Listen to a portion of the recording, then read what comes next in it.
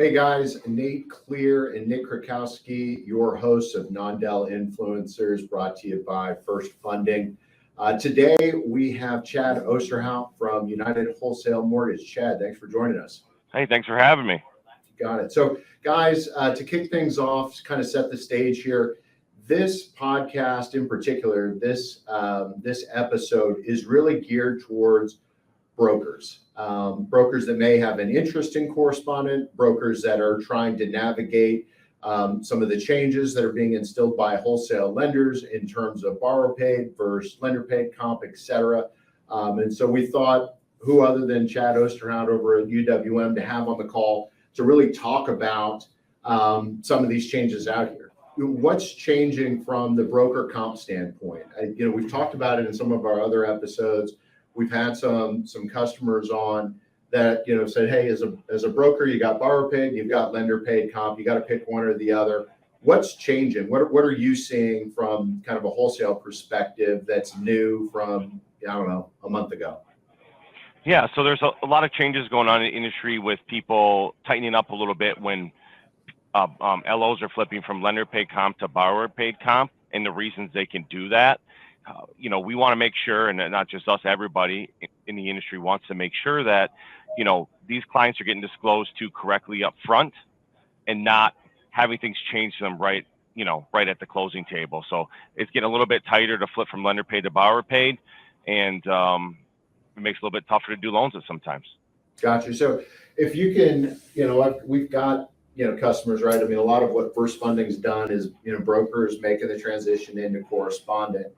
And so a lot of times what I hear, from, when we're talking to them and we're like, hey, one of the benefits of being a correspondent is that, you're not tied to borrower paid or lender paid. And they're like, well, it doesn't matter because I can originate it. And if they come back, I originally start off as lender paid.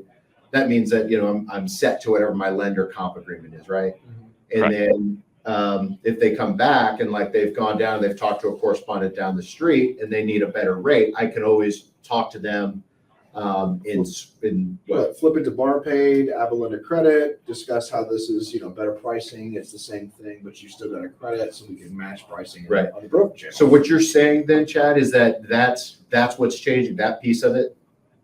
Yeah, so you can't go borrower paid to try to compete. You should have gave the consumer the best deal up front. That's the whole point of trade, is know before you owe, not let me go as high as I can on my comp, fail QM, or I got to compete and I'm going to drop my fees to try to compete with you. And now it went from the lender paying the fee, which is lender paid, to now the consumer has to pay. And that's not how you initially disclosed it. So we're just trying to make sure that the consumer knows exactly what they're getting when the loan's disclosed to them and locked up front. Got it. So for the guy that was trying to go that route, what you're saying is that route is no longer open to them. So what would they do at that point? Do they just lose the deal? Do they have to redisclose? What does that look like? Yeah, typically they would have to retake application and redo the loan so the consumer knows what they're getting up front. Got it. Okay. So what is that meant for your business? Because Chad, you head up the correspondent division for UWM. So we convert now from, compared to, kind of more of the wholesale account reps that you have. Yeah, all our account reps, we have 600 plus of them here. They all have correspondent accounts. We don't have specialized correspondent AEs just because they all know how to do it. Okay. However, we have that path of the non-delegated channel that gives clients more flexibility in how they disclose and price their loans. Although the LO is still subject to their lender paid comp agreement with their broker owner, mm-hmm. they have more flexibility in how they disclose them, not having to disclose what they're making from us as a lender gives them a really big competitive advantage in the market when they're trying to win deals. Right. So the conversations, that we've historically had, and we've worked together as well, has been, around having that flexibility in the way that the compensation works. Can you talk to us a little bit about kind of that benefit inherent to the consumer? And if you were the lender on that transaction, right, like so many of our, broker owners are, can you help kind of espouse to the benefit to the consumer under the correspondent? side? I always give people a really good example. Like if I wanted to do $1 million loan and I wanted to disclose it as borrower paid because I only want to make 1%, I have to charge the consumer $10,000 in that transaction. Where if I was a correspondent, I could lock it with whatever investor I choose at a rate paying 1% and charge the consumer zero. So the consumer's coming out of pocket with $10,000 less money just by using a correspondent lender versus a broker. Right. And I think that's huge. And I think that gets lost on a lot of brokers, right? Is that not to say necessarily that one is entirely better than the other. I think that there's a good fit for certain people. But I think on the correspondent side, being able to operate as that lender, right, and select the investor and have control over what rate you offer that borrower, I think is leading to a better consumer experience. Yeah, and I think you got a lot of misconception on that non-delegated pricing model in the broker channel. Because there's a lot of misconstrued information out there saying that, well, the only reason you become a non-del is because now you can charge 4 points, and that's why you're doing it, because you're just trying to do the X, Y, and Z. When at the end of the day, I mean, now you can honestly offer the consumer the best pricing possible. Just teeing up your point there, Chad. I mean, you're looking at 0 points up front, just make your money on the back end. That's a better deal for the borrower, 10 days out of the week.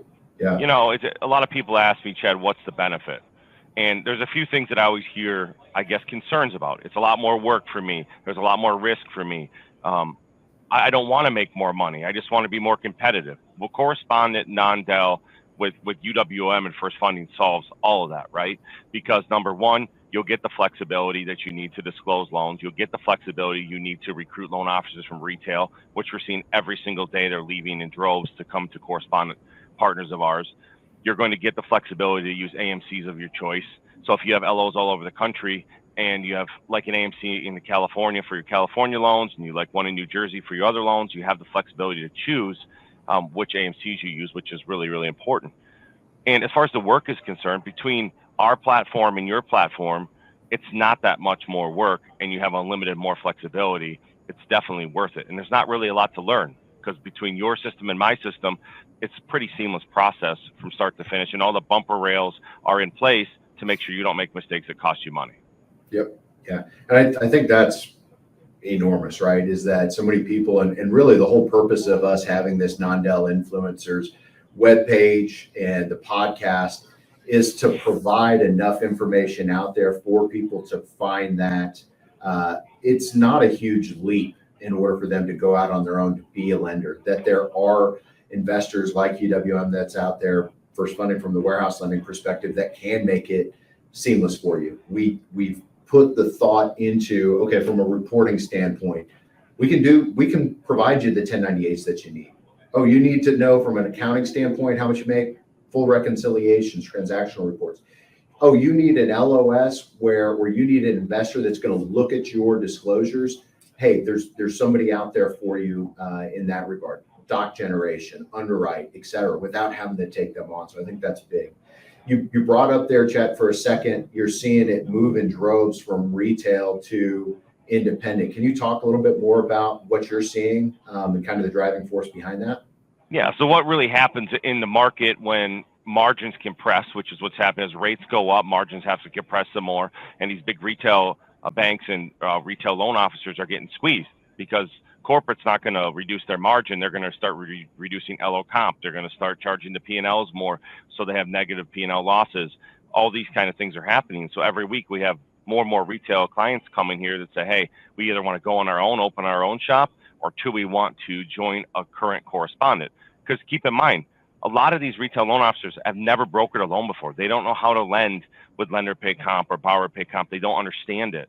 So going to a current correspondent partner, open up as your own correspondent independent, gives them a significant advantage. And right now, when there's not a huge refi boom and they don't have pipelines of the hundreds of millions of dollars in loans, it's a lot easier for them to make a move to become independent. Right. And so what are you generally, how do you, because we get this question too, and I'm, Nick, probably more so you than me. How do you help coach them along? What kind of questions should they be asking themselves, whether the route of setting up independent is right for them, or for them to go, perhaps join in an existing either, independent lender or broker? Yeah, so we get that question all the time when they come in here. I sit down with them and say, hey, do you want to plug into a company that's already a great partner, that has the payroll set up, that has the warehouse line set up, that has the MERS, the UCDP for Fannie and Freddie? Somebody has all that already set up, and you just want to go out there and originate and use their back end and their operations? That's the main question I ask them. Like, no, we have our own people. Okay, well, maybe it's easier to go independent. So let's talk about that. Let's figure out the best way, your best warehouse bank for you. And a lot of times it's you guys. You guys have a lot of flexibility when it comes to new startups. You guys have a lot of capacity when it comes to lending for these guys because they have a lot of volume. So we send a ton your guys' way for that reason. And like you mentioned, your fuel platform has all the stuff in place for them, so they don't have to worry about their reporting or how to do their payroll, because it's all broken down in a reconciliation form you guys give them. Yeah, no, I appreciate it. And I know that, for us, a lot of the times when we're trying to talk to these, retail guys, it's really boiling down to, do you want to be a business owner or do you not? Yeah. Because sometimes you start having the conversation, they're like, I'm getting ripped off here, I'm getting ripped off there, I want to take full control over it. And we make things, very seamless. We have provided, a great kind of tool in terms of warehouse lending space, and certainly on your end from the investor space, to make that without a lot of overhead expense. But there is expense, right, in running your own business.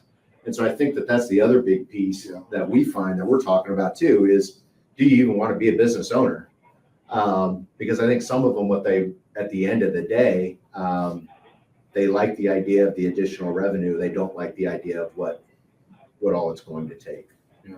I think at the end of the day, a lot of these guys get caught up too, and they come from that retail model. They think they want to be delegated off the bat, right? And so you've got to look at that when making the transition too. Is, well, you want to hire a good underwriter. It's a 6-figure salary per year. That's consistent. But if you can plug into that non-delegated model, and partner with somebody like yourself, Chad, you've got that underwrite on a variable cost per transaction. So when you're starting up, it's the smarter move, right? Whether you want to go delegated someday or not, right? I think the non-del channel is always the best place to start. Yeah. So it's funny you mentioned that. We're seeing the exact opposite, meaning that we have people that in the refi boom went back and said, I want to have underwriters. I want to get a little bit more, squeeze out of this lemon, right? And now like, oh man, there's no loans, and I have all this overhead with these underwriters and these funders and these processors and these doc drawers and all these things that's not variable, as Nick mentioned. That's a big deal.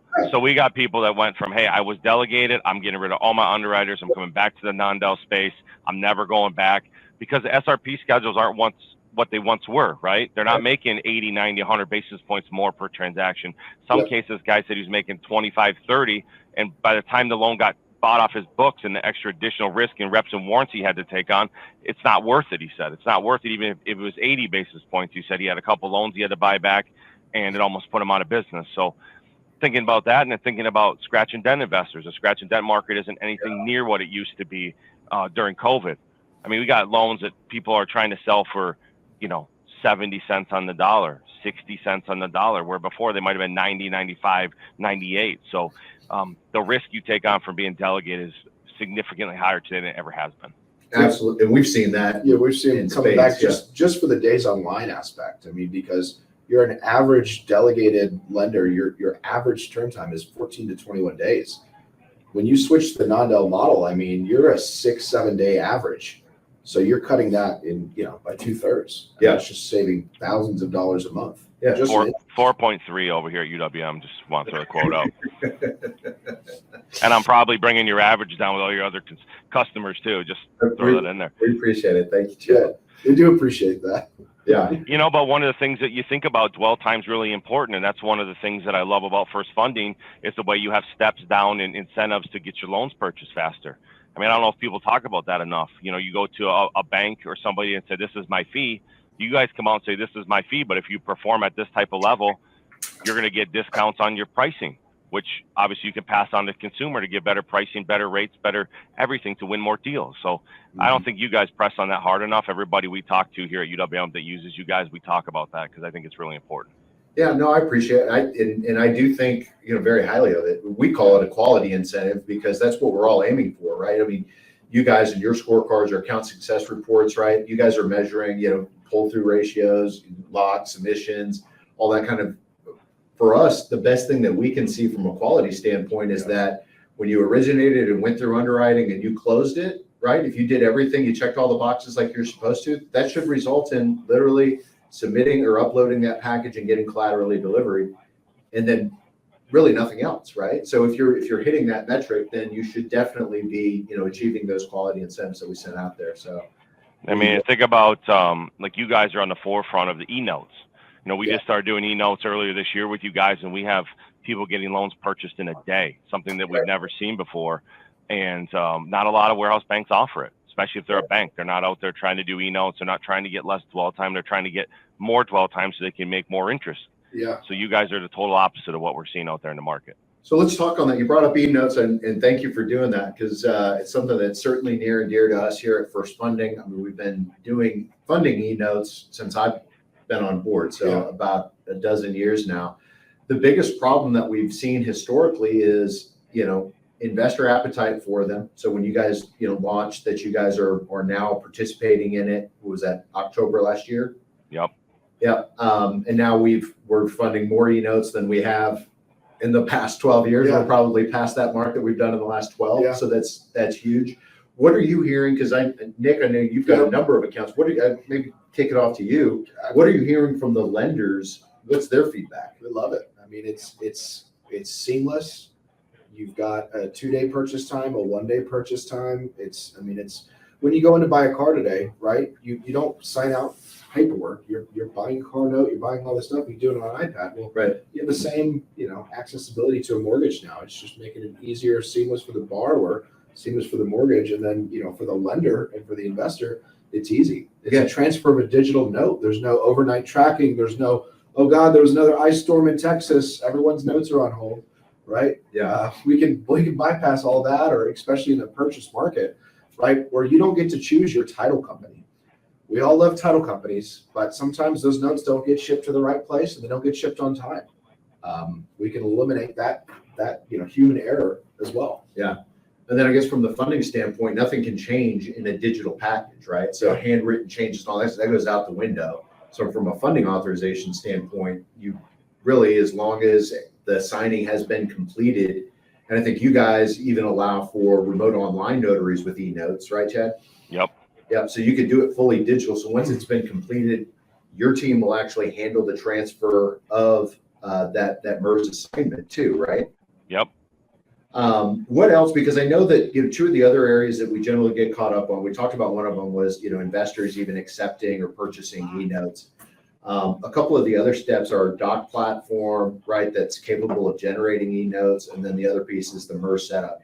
What have you guys done that kind of streamline that? Because we don't seem to be getting a lot of that kind of feedback from the folks that are doing e-notes with you guys. Yeah, so a couple things on e-notes in general is they're the thing of the future, and what happens a lot in the mortgage industry is people don't think about the future, they think about the now. And if you try to set up e-notes and get vaults and do all these things in the future when that's what everybody's doing, it's going to be a lot harder. So being in front of it's important. Number two, we set up our UClose platform to generate, every loan we do is on a mom mortgage, which means it's already a MERS mortgage. There's no assignments. It's all done online through the MERS registration system.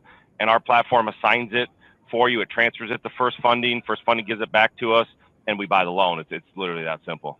Right. So essentially you've taken out the need to go out there, update a doc system, or go through a separate approval process for each lender that wants to do e-notes. Essentially, they can piggyback off of what you guys have already built in terms of e-vaulting and the doc platform that you guys are drawing the documents to create those smart docs so that the correspondent lender doesn't have to. Absolutely. Yeah. Cool. I know we've got a few minutes here, Chad. I'd be remiss if we didn't ask, what are you seeing on the course, for the guys that are listening to us that are existing correspondents? There's a lot of, kind of upstream noise around Fannie, Freddie pushing things back. kind of an increase in that overall volume. Maybe it's stuff that's kind of hangover through the pandemic, et cetera. What should correspondents be aware of and be conscious of when they're closing their loans to avoid not being able to sell them, et cetera? Yeah. So the biggest thing I tell anybody is whatever investor you work with, make sure you review your clear to close before your funding. Look at all your funding conditions.